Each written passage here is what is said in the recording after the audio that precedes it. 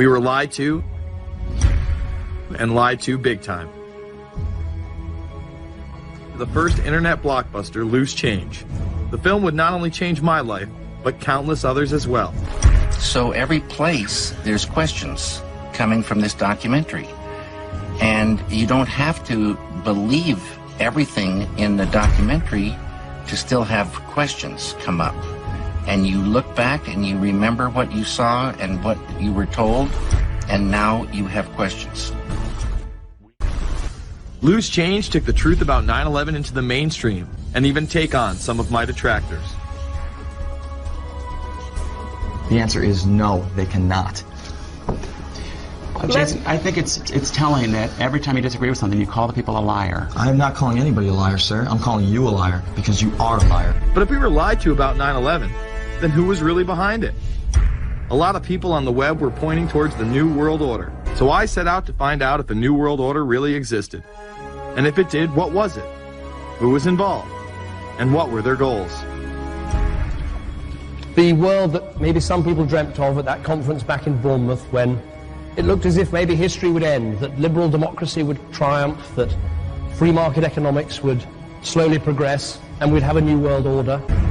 We are part of a new world order.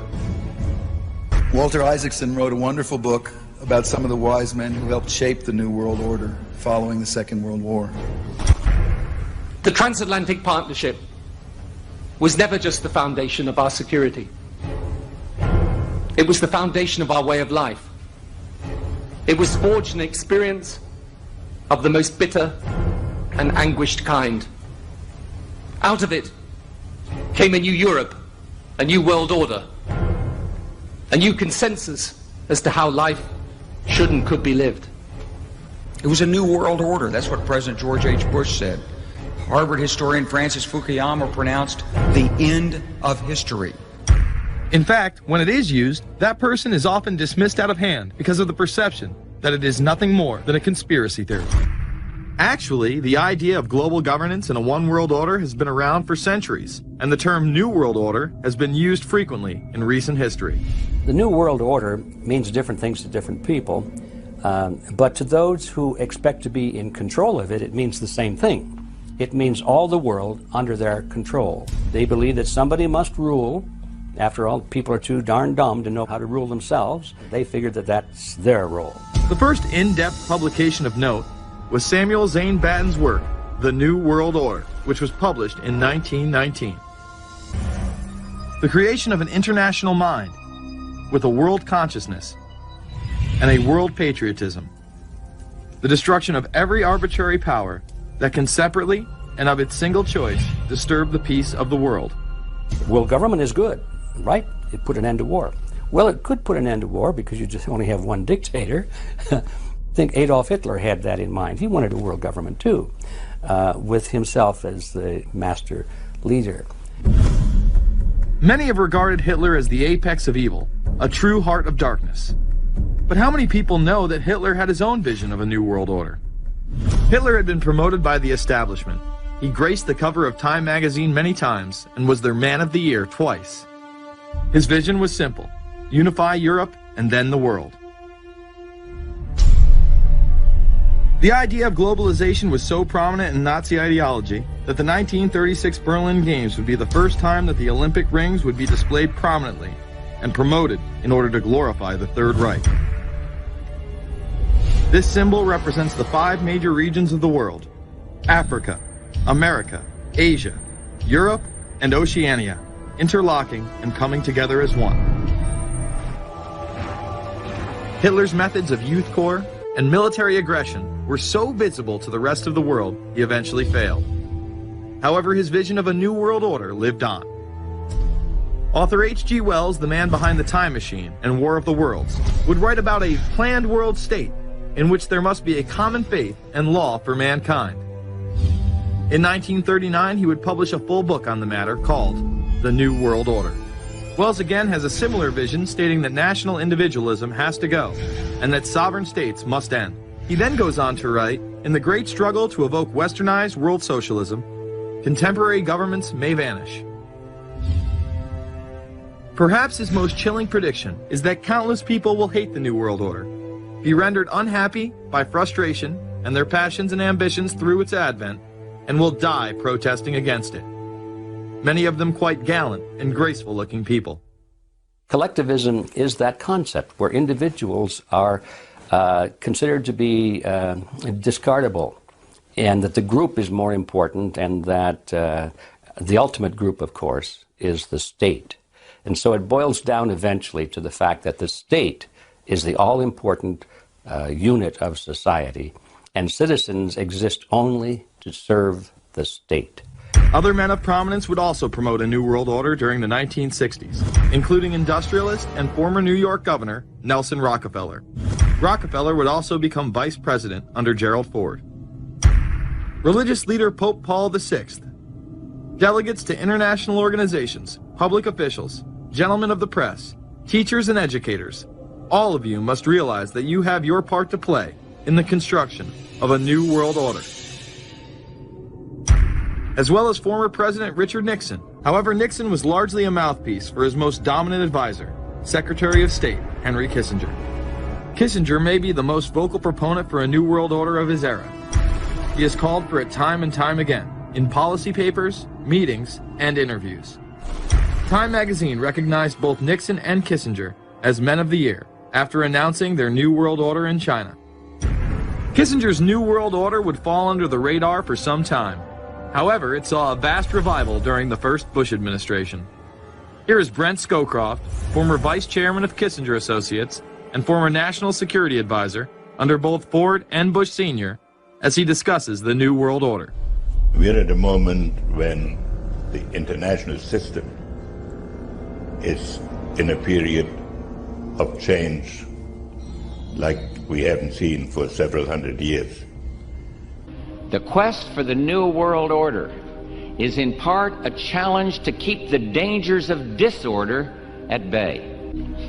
Only when this transformation is complete will we be able to take full measure of the opportunities presented by this new and evolving world order. This would become an unprecedented time period for people all over the globe to discuss at length what the New World Order meant to them. People within the media. Some people have called it the New World Disorder, and there's a lot of truth to that.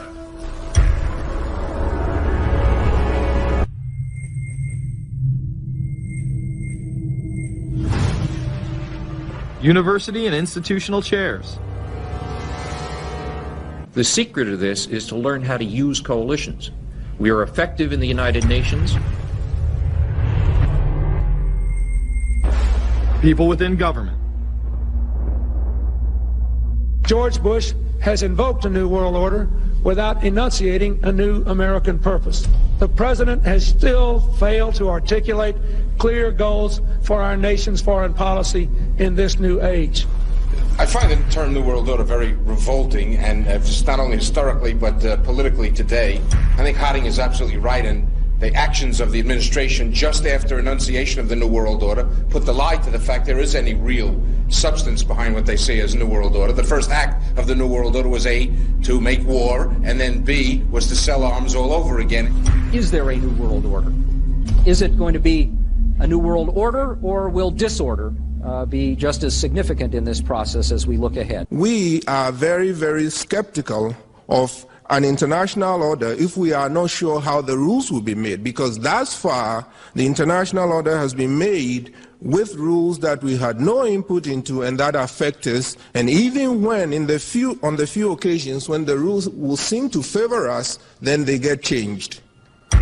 A unipolar world, a world of one superpower, may be quite dangerous for us. The New World Order under the United Nations would mean, among other things, an end to our God-given rights given us and secured by the Constitution. The New World Order, which now has been called by some the New World Disorder, and by some people on the more liberal persuasion, the taking over of the world by the Council on Foreign Relations, the Trilateral Commission, and the UN to put us all in slavery. But what are these organizations? Who founded them? And what are the stated goals of each? Before we begin with the Council on Foreign Relations, let's delve further into history to understand roundtable groups and their origins. Its roots go way, way back in history, and they go back to the formation of a secret society, a secret organization that was created by Cecil Rhodes, a very powerful and very wealthy individual. Cecil Rhodes, when he died, left his great fortune not to his family, not to his heirs, but for the creation of a secret society. And we know about this because there were some people very intimately involved with this organization who wrote about it. It's an amazing thing because he laid out in great detail what the purpose of the organization was and how they were the major players in all of the big international events since and including World War I.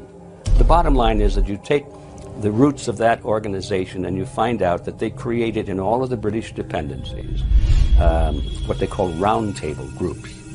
And then around those little roundtable groups, they created front groups. And the purpose of these front groups and roundtable groups was to penetrate into the governments of all of these different countries, to penetrate into the media centers, to penetrate into the educational systems. In other words, to penetrate into the social fabric, the power centers of society, and literally take them over from the inside without anybody being aware that they were controlling influence. After World War I, the International League of Nations arose as a precursor to the United Nations in 1919. The League of Nations was the first attempt at the New World Order, the first attempt at a global government based on the model of collectivism. And it was the brainchild of the elitists, the ancestors of the very people who are still working on this project. They're collectivists, the very wealthy people. They're the ones in this country who dominated the powerful tax-exempt foundations, like the Carnegie Endowment Fund for International Peace, the Rockefeller Funds, the Ford Foundation, and groups like that. These people were on record, even way back then, that they had to have a new world government, and they dreamed of that being embodied in the League of Nations. And they were solidly behind it. And that was one of the reasons those people encouraged the United States into World War I, was because of the crisis of World War I, and that would also condition Americans to thinking of making big changes in their system, because we would be a major participant at the table to carve up the world and create a new world government. In all of the British dependencies, these organizations, the front groups, were called the Royal Institute for International Affairs. In the United States, they chose a different name. They chose the Council on Foreign Relations, but it held exactly the same relationship to this inner society of Cecil Rhodes. Throughout its history, it would contain extremely influential and powerful individuals in finance, business, media, and politics. Former presidents of the United States include Richard Nixon, Gerald Ford, Jimmy Carter, and William Jefferson Clinton. Currently, Barack Obama claims not to be a member, but has spoken in front of the Council and has had his writings published in the Council's magazine, Foreign Affairs. Now, why is that important? It's important because the avowed purpose of the Council on Foreign Relations is to create a new world order, and that includes the elimination of the United States as a sovereign nation. That's why it's important. The people running this country are determined to destroy it. New World Order wants a global system where one small central authority of individuals can then dictate a policy that's going to be distributed down to the rest of the world, everywhere, in the smallest little town in the middle of nowhere in some remote country. The Council and the globalists were able to take this agenda to the next level following World War II. The United Nations was born out of the ashes of this conflict. Unlike the League of Nations, the United States not only joined this organization, they championed it. First book I wrote was The Fearful Master, a second look at the United Nations. It was written at a time when it was not popular to be critical of the UN. I mean, the United Nations was viewed by almost everybody as our last best hope for peace. It was the means, we were told, to bring humanity together and put an end to war and live in peace and harmony and promote trade. This has been a condensed history of the globalist organizations and their rise to power. Through multinational corporations, global intelligence networks, out-of-control banksters, all under the veil of national security and black operations, the global elite have consolidated power on a massive scale over the last several decades. You see, global corporations not only fund and develop large technological and military projects here and abroad, they also own the consumer industry and production, as well as all of the important media. By owning the vast majority of what we hear and see on a daily basis, we have been manipulated on a mass scale as to regards to what we believe and desire, both socially and politically. Edward Bernays, the nephew of world-famous psychoanalyst Sigmund Freud, he authored the book Propaganda in 1928. In it, he described how to intelligently and consciously manipulate the habits and opinions of the masses within a democratic society. He went on to state that those who harness this unseen mechanism of society constitute an invisible government and are the true ruling power. It is they who pull the wires which control the public mind, who harness old social forces and contrive new ways to bind and guide the world. The average American is distracted, mindless, worried about minuscule things, celebrities, as if it was their own family members. And this is by design, because the powers that be, who own the media, know how our brains work. They know scientifically how the human mind functions. They know about sociology, and they are using the media, and have used the media for decades now, to entertain people with issues that don't really matter. When you have the big news networks covering celebrity issues as if it's the most important thing, it becomes the most important thing. And this is not by accident. This is to keep us out of the way. Because if you're worried about the latest celebrity death or the latest celebrity couple or the celebrity breakup, that will mesmerize people and they won't know or care about the real issues that are out there. Well, I think this is just one more piece of evidence of the degree to which the media, supposedly the watchdogs, has become the gatekeeper of the system. So as the populace is mesmerized and hypnotized by powerful behind-the-scenes forces, as they are distracted by the latest celebrity scandal, the newest cell phone, and their favorite sports team, this network disguises itself, remaining in the shadows. An even darker side to the scam of man-made global warming exists. In reality, it's about population control. Ted Turner reveals himself here in this interview with Charlie Rose. We've got to stabilize the population. When I was born, there so what's wrong with the population? I mean, with too many people. That's why we have global warming. We have global warming because too many people are using too much stuff. Not doing it will be catastrophic. Unbelievably, when Turner met with other globalists, David Rockefeller, Warren Buffett, Bill Gates, Michael Bloomberg, and even Oprah Winfrey to discuss population control, they were portrayed as superheroes. Gates, Buffett, Bloomberg, Winfrey. It was like the Super Friends. In the great hall of the Justice League, there are assembled the world's 4 greatest heroes. Together with others at the meeting, including George Soros, Ted Turner, David Rockefeller, they're worth more than $125 billion. The new Superman and Wonder Woman, the super rich friends, not fighting bad guys, but fighting for good nonetheless. The New World Order will stop at nothing to achieve planetary dominance, whether it be assassination, wars based on lies, and even a phony environmental movement.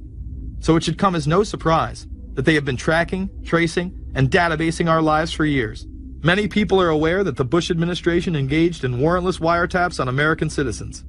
What they don't understand is that it has come out in court that all the major telecommunications companies have been secretly storing every piece of data received from our phones and our computers and handing them over to the National Security Agency. The New World Order that is currently being built revolves around creating a global technopoly ruled by the elite, in which they dominate and control a severely reduced populace, which they treat as their pets. In the New World Order, the people are the enemy. In the United Kingdom, it has been established there are over 4 million CCTV cameras. That is around 1 camera for every 14 citizens. Their purpose is not to solve crime, as it takes 1,000 CCTV cameras to solve just one crime. It is to create a tattletale society in which everyone is under constant surveillance by the state and those around them. Some have already taken implantable brain chips that may enable the blind to see again, the deaf to hear, and much, much more, including the ability to download information directly into the brain and instantly communicate with anyone in the world, creating a worldwide mind. Imagine a planet where every human being is required to be chipped at birth. This would be the final tool implemented in a command and control world government system, in which the elite rule the masses with total control of their lives. This is, of course, a terrible predicament for those of us who are convinced that this system is slowly but surely. But we can't count on the elected presidents to do it, and we can't count on the elected Congress to do it. We somehow have to mobilize the technological resources of the internet to create some kind of new political force in this country. So is there anything else about the ruling class we should know? Politicians, business leaders, and media figures are often portrayed as pillars of morality while they describe themselves as Christian conservatives. Nothing could be further from the truth. In reality, many of the elite are groomed at a young age to take part in occult rituals. Those who attend Yale are indoctrinated into the Order of Skull and Bones, an elite secret society cloaked as a fraternal order. Bush would run against his fellow bonesman and distant cousin John Kerry in 2004. You both were members of Skull and Bones, a secret society at Yale. What does that tell us? Not much, because it's a secret. Is there a secret handshake? Is there a secret code?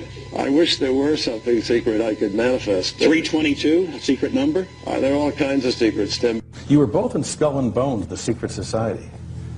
It's so secret we can't talk about it. What does that mean for America? The conspiracy theorists are going to go wild. I'm sure they are. I don't know. I haven't seen the web. Number 322?